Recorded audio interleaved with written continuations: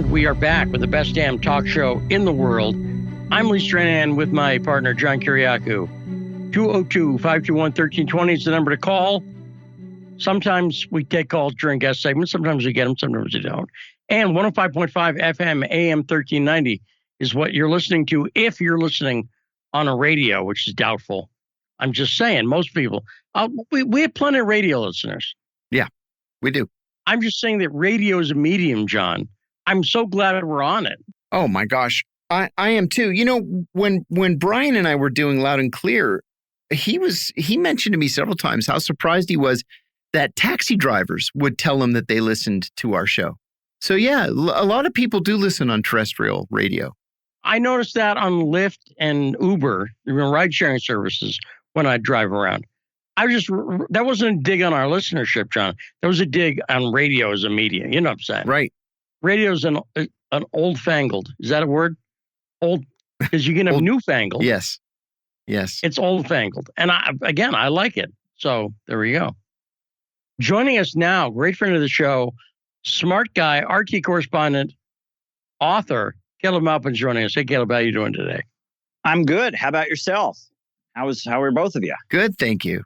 Thanks for coming back. I saw Easy Rider over the weekend, so I'm groovy, Caleb. Thanks for asking. Oh, that's a bit of a pessimistic kind of new left film from the late 60s, right? It is one of my favorite movies, though. Yeah, a little dark. It sure ends dark. Oh, boy, does it, man. The first time I saw it, I was like, you've got to be kidding me. Everybody in the theater was shocked. I could tell, John. Oh, they hadn't seen it before. I'm guessing some of them hadn't, because I could just tell there was a pallor over the people. Yeah. But let's talk about something happy and fun, like the situation in Haiti and Cuba. Okay, get it. So I was saying earlier on the show, we were talking Cuba, the protests there were all over the news, especially if your news channel of choice is Fox. They were all over it. Communist Cuba, communist Cuba, communist Cuba. And what I said was, Haiti has been having protests for years, and they're supported by the U.S. And I think the people I'm sure things aren't great for the people in Cuba, but they aren't great for the people in Haiti. And I just think it's a double standard. Caleb, what's your take on what's going on? You couldn't have missed this news over the weekend. So what's your take on do you think it's a double standard? Oh, well, it's a couple things. But yes, I mean, people in Haiti have been marching and protesting against Moïse, and U.S. media said nothing about it until Moïse got killed. And now all of a sudden, U.S. media is like catching up and letting people know, oh, yeah, there's been this rebellion going on in the country for the past several months. There's also been massive anti-austerity protests in Chile and Argentina, and we heard nothing about it in U.S. media. But what's particularly interesting about these recent protests in Cuba is that, we heard about them. They started, and the day they started, immediately, all kinds of people were out in the streets in Miami. All kinds of people were out in the streets in New York City and Central Park. And, the Cuban-American exile community was out in the streets protesting in solidarity with these protests. They were blasted all over the media. They're going after Bernie Sanders. Wow, how come he doesn't, he's not, condemning the Cuban government right now? The White House has put out a statement. These people have been in the streets for less than 24 hours, and U.S. media is in an overdrive supporting them. Plus, but here's the real catch, okay? If you know anything about Cuba, you'll know that there's an economic blockade on Cuba. And this is not like a little thing. Yeah. Right? If you make cupcakes in Germany and you want to send those cupcakes to the United States, you have to sign a document certifying that there is not 1 ounce of Cuban sugar in those cupcakes. And if you violate that, you can lose your ability to export to the United States. I mean, these sanctions on Cuba, the economic blockade is very, very, very serious. And especially during COVID, it was particularly hard for Cuba to get the medicine it needed and such. So there's an economic blockade on Cuba. And now we have a situation where there's, some people in the country that feel like the way, things are being handed out is not good, like there's some government mismanagement or whatever. So they're protesting. And so now, all of the anti-Castro folks, that say that they are concerned about the Cuban people, they're taking to the streets. So you'd think they're saying we're concerned about the Cuban people. They don't get, they don't have the medicine they need and all of that. You would think they'd be saying, so lift that blockade. Lift that blockade, help them get the medicine they need. They're protesting because they need medicine. They need to deal with some food shortages and stuff. So let's open up the blockade. That is not their message. I talked on good authority to people who went to Central Park and talked to them. That was not their message at all. They want to toughen up the sanctions. They want a tougher approach to Cuba. They want to end diplomatic relations between the USA and Cuba. So they're claiming to support the Cuban people while they call for an escalation and making it harder to get the medicine and food supplies, and basically exacerbating the very things that these protesters are protesting. The whole thing is really, really, really confused. I mean, it looks to me like there's a lot of people in Miami that have a bone to pick with Fidel Castro that aren't particularly concerned about the situation on the ground. They just want the commies out of there. This is old Cold War right-wing fanatic folks, and they're using this opportunity where there's some division in the country. There's some frustration, and there's probably some legit grievances there. They're using that to feed a foreign policy agenda. That's what it looks like to me. Well, let me ask you about that too. There was a piece in the New York Times this morning saying that Biden and the Democrats are going to have to tread lightly in Florida in light of what's happening in Cuba, because there are so many Cuban Americans, and they sort of trend conservative in Florida. But I'm not sure I believe that.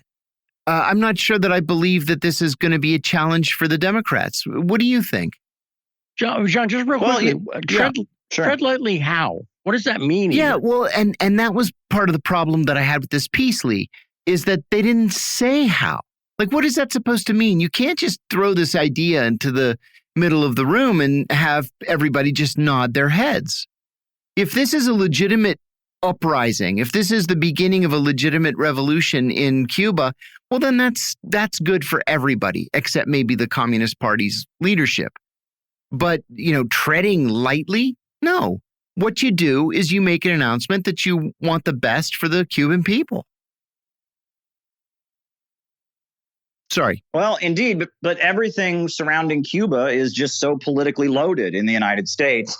Another thing I might add is, in response to these protests, the Cuban Communist Party, they called on all of their supporters to pour into the streets. And the protests, supporting the Communist Party, supporting the president, have been like 10 times as big as the protests opposing them. Mm-hmm. And U.S. media is pretty silent on that. And it's particularly interesting because this shows one of the political strengths of the Cuban Communist Party, which is that, back in the old Soviet Union, the way they dealt with dissidents was they generally just ignored them until they created enough of a problem that they were just kind of dragged away and disappeared in the middle of the night.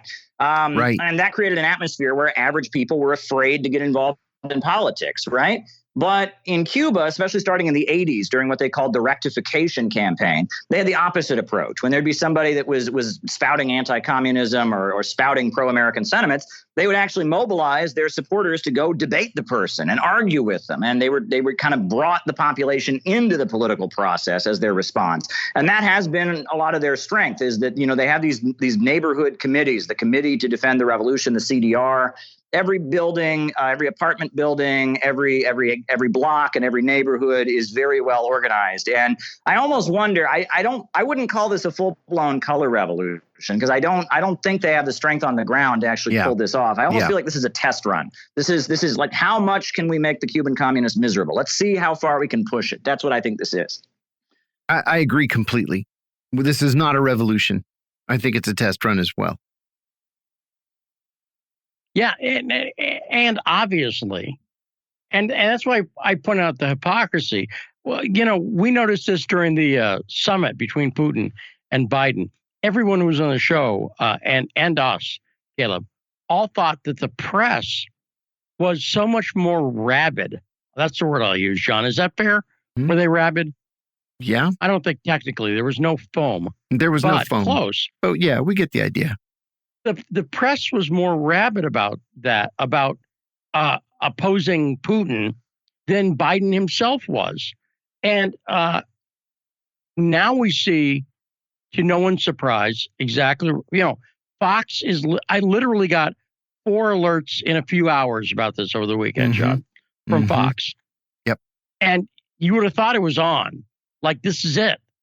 The revolution's here. And then I looked at the footage and I'm like, there are some people protesting. But as you're pointing out, Caleb, the pro-communist party, I almost say pro-Castro, that'd be tricky.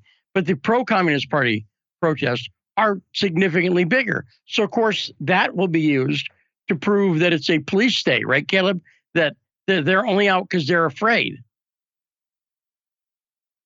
Yeah, I mean, that'll be the response. That's the standard analysis. And I mean, I'll tell you, as somebody who has been to many countries that are described as authoritarian by the U.S. leaders, I mean, that's ridiculous. I mean, the notion that all these people are just out there because, the government made them, and if they don't go out, they'll be, killed and dragged into a prison camp or something. Let's be realistic, okay? I mean, Cuba doesn't have the level of freedom of speech that we have in the United States, et cetera. There are human rights concerns, but to make the claim that all these people are demonstrating at the point of a gun, I think that's pretty absurd. Yeah, I agree. It's absurd. And this is a 2-day event. Just like the demonstrations in Nicaragua. I've been following these demonstrations in Nicaragua. They started off because of a shortfall in the social security system. And the government raised the price of bread. And, if you're poor and the price of bread goes up, that's a pretty big deal.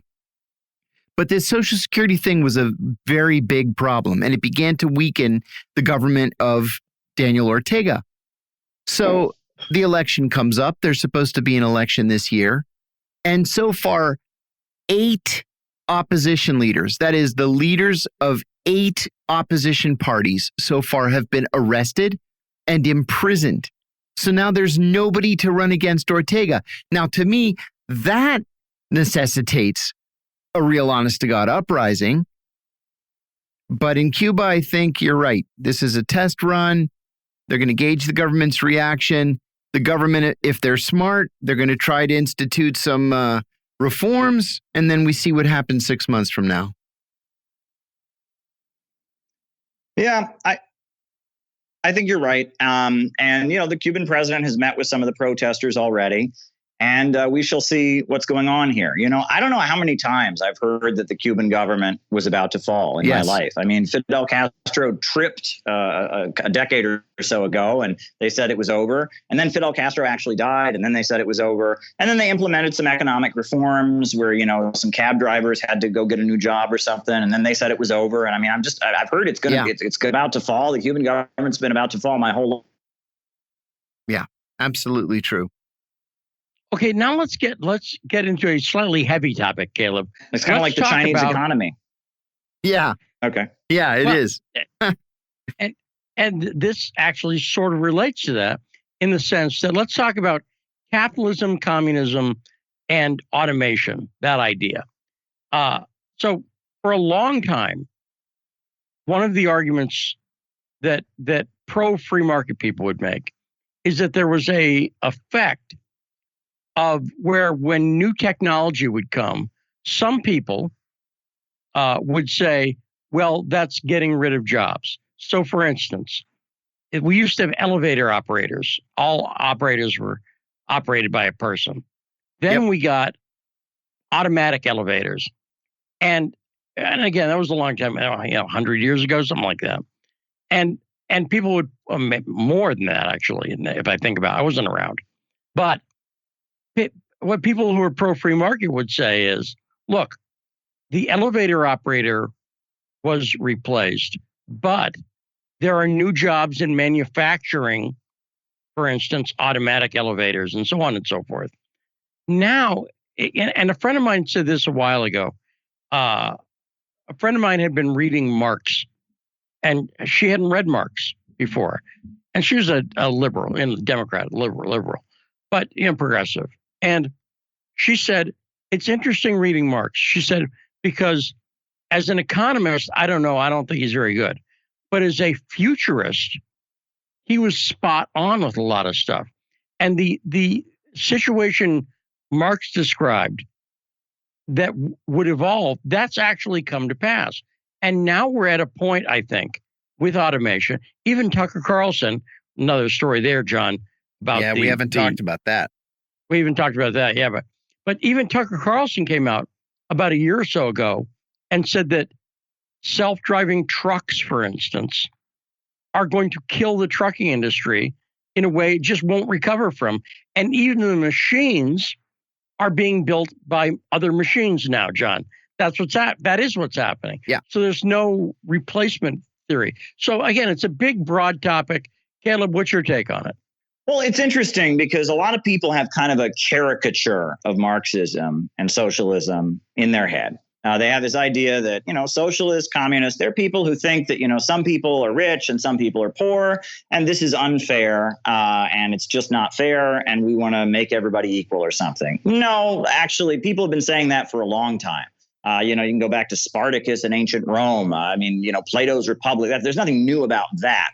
What made Marxism unique was that Marxism had a particular analysis of history, right? The history is like a train speeding forward. You have hunter-gatherer civilization, eventually you get the slave empires of Greece and Rome and Egypt and Mesopotamia, and eventually you get feudalism, and out of feudalism comes capitalism, and capitalism will eventually be replaced with this higher mode of production called socialism, and eventually socialism gives way to this even higher mode of production called communism, which is a world of vast material abundance, where there's so much wealth being created and so little human labor is necessary that everyone can kind of just take what they need and do what they feel like doing. Marx said that this higher stage of communism would be a society where labor is life's prime want rather than a necessity, meaning people work because they feel like it.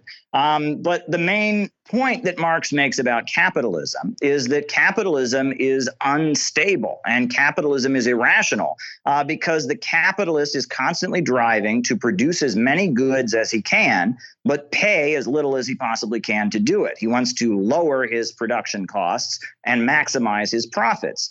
And the result of that is that the worker, who is also the consumer, can't buy back the product that he produces. And pretty soon you have a glut in the market, a glut of overproduction. And Karl Marx talks about this problem of overproduction. And he also talks about how technological leaps exacerbate it with what he called the tendency of the falling rate of profit. And that when you have a big technological leap, the result is a massive economic crisis. And if you look at the history of the 20th century, it pretty well panned out. World War I came after some great big technological leaps that resulted in some pretty big economic crises. World War II came after, Henry Ford and his great assembly line innovations that really changed the way factory production worked. And the result was the Great Depression, which ultimately led to World War II. And that the scary thing about this Marxist understanding, which, no one says this stuff better than Jack Ma, by the way, the CEO of Alibaba, the billionaire. He goes around explaining this, the tech optimism mixed in with the tech concerns. The scary thing about it is that we're living in the middle of the biggest technological leap in a long time. We have not seen anything like this. 3D printers, artificial intelligence. This is astronomical. And the result is going to be millions and millions of people who have no place at the assembly line around the world. There's going to be less and less of a demand for workers. There's going to be increased poverty. And there's going to be an increased amount of monopolistic stagnation as a few big corporations survive during the economic turmoil and the rest kind of go under. And this is what Marx analyzed capitalism. This is the process of capitalism in decay. The capitalist wants to revolutionize technology, and the result is a problem. And the argument is that in a rational society, something like self-driving cars would be a good thing. There's less work for everybody to do. But only under capitalism, where the worker can only survive so long as he sells his labor to a boss, under capitalism, abundance and efficiency creates poverty. And getting rid of that and having a rationally organized economy where profits are not in command, there's a state central plan dictating production, can lead to an uninterrupted state of growth. And if you look at China, they do have a market sector, but at the end of the day, it's the Chinese Communist Party that's in charge, not the market. The private companies, they go to them and say, you do this, and they do it. And they've been able to have a pretty long string of economic growth because they're not subject to the irrationality of the boom-bust cycle and overproduction and the tendency of the falling rate of profit, et cetera. Because they've overcome the rule of profits, they're able to have longer growth. That's Marxism, and that's something that many people don't understand. Interesting. Yeah. No, I agree. I agree with Caleb's analysis. I think you're exactly right, and it's something that not a lot of people either understand or have put a great deal of thought into. But I think you've hit it on the head. So let me say this. You know what would be great, John? Think about this. We need to get Mark Frost and Caleb on at the same time. Oh, that's a good idea. Because, this goes to the point, and because I don't agree with everything Caleb's saying, but it's not my job to come on and bicker with everybody. But I said it before, and I'll say it again. The dude is smart. And the point and I also don't disagree with everything he's saying. And I think when he points out the stuff Jack Ma is saying, for instance, or the thing I'll relate it to, and tell me if I'm wrong to relate it to, he's no longer, he's not going to be the mayor of New York, but Andrew Yang bringing up guaranteed income, for instance. Guaranteed income, one of the reasons I think it actually needs to be considered now is the technological reasons that people like Jack Ma and you and me and a lot of people are talking about because of this great technological leap. So first off, do you think relating as a sort of modern solution to the modern problem of technology, something like a guaranteed basic income makes is an idea that more and more people will be thinking about, talking about, debating, Caleb? Well, look, I am not opposed to universal basic income, but there are a number of different models of it that have been drawn up. I mean, there's not just one theory of it. And, one concern that I have about universal basic income is that, some of the folks who are the biggest advocates of it have been advocates of neoliberal economics. Milton Friedman even wrote about the need for a universal basic income, not because he thought that everyone should get an income, but he said, look, if we have to have a welfare state, should we have a government department of welfare and a government department of unemployment insurance and, food stamps or why don't we just have everyone, no matter what your job situation and what your life is, you get an automatic bank transfer, $1,000 a month, and then we can lay off all the people in the Department of Labor and all the people in the Department of Agriculture and all the people in the welfare departments. Get rid of all those good-paying government jobs that are costing the taxpayer too much, and everyone just gets a bank transfer, and then we can carry out mass austerity and shrink the size of the government.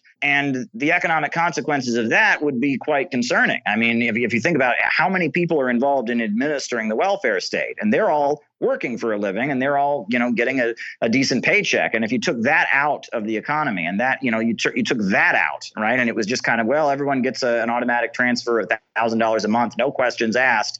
I think, there could potentially be an issue. And the other thing that concerns me, right? So if you're going to get rid of food stamps, you're going to get rid of, Section 8 for rent, if you're going to get rid of all of that and everyone just gets a bank transfer, all it takes is one state to say, hey, why should convicted pedophiles get, $1,000 a month? And then they pass a law that says, okay, well, convicted pedophiles don't get it, and then it's gone. And then we've got thousands of convicted pedophiles with no income whatsoever who are out on the streets starving and potentially rioting.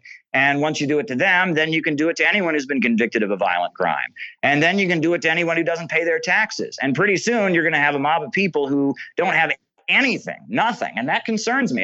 There are some concerns about it. But the premise that everyone gets a basic income, I'm not opposed to. It just depends how you implement it. Many different models have been proposed.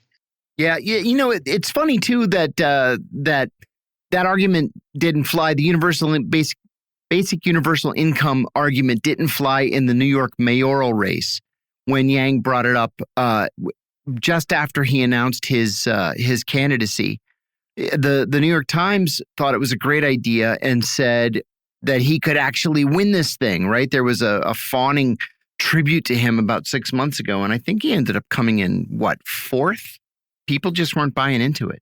Well, I think Andrew Yang had the opposite problem in the New York election, is that he sounded like a boring, normal politician. I thought, who is this guy? When he was running for president, he was, the math hats and the wild ideas and stuff. And I heard him in New York. I thought, this just sounds like, another Bill de Blasio. I mean, he was totally uninteresting. If he had made the universal basic income and that more part of his campaign, I think he would have done better. Yeah, like I said, to me, I think it's interesting. I think it's going to be something that people, I think the point you're making, Caleb, is right on. There are different variants, and that's why I think, John, it's going to be debated for, they're going to try to figure out. It should be debated. Yeah, I agree with you. It should be debated. You don't have to like it, but we should be talking about it. And by the way, I remember the director John Carpenter in 1974 directed a very scary movie about the pedophile riots of 2022. No, he didn't. I just made that up. But you can picture it, John, can't you? Okay, hey, Caleb, we're almost out of time. Let me ask you this. Would you be open to having I don't like the word debate because I don't want people bickering at each conversation. other. Conversation with a libertarian economist, Mark Frost. Yes. Okay, John. I think that'd be Caleb fun. and Mark had a debate, who would win? Answer: the audience. Yeah, you know what? That's right. The audience. That's right. No, I really mean it. Yeah. Because two very smart, very reasonable people who we like. That'd be great. Yes. Hey, Caleb, tell people what you're working on. Do you have anything coming up that people should be looking out for, either in books or on RT or wherever? Well, my latest book, Bread Tube Serves Imperialism, which is a critique of this left-wing YouTube community, is the #1 new release on Amazon.com in the category of anarchism right now. I've never had a book sell so well. So if people want to hear a critique from an actual Marxist of these liberal internet commentators, they should check out my new book, Bread Tube Serves Imperialism. It's getting good reviews. Excellent. Hey, Caleb, congratulations, by the way. That's fantastic. And just shows that capitalism works because your book's very successful. I'm just messing with you. Okay, Caleb Maupin's joining us. Thanks again to Mark Frost. Hey, Rod, let's set up this discussion because I think it would be, John, I really mean it, right? That'd be great, wouldn't it? No, I think it's a terrific idea. There we go. And thanks to our intrepid producer, Rod. Thanks to the great Saul. And thanks to all the great calls today. Brave, Ingrid, Sharif, and Owlkiller. We'll be back tomorrow. I'm Lee Stranahan with my partner, John Kiriakou. This is The Backstory. Dig it?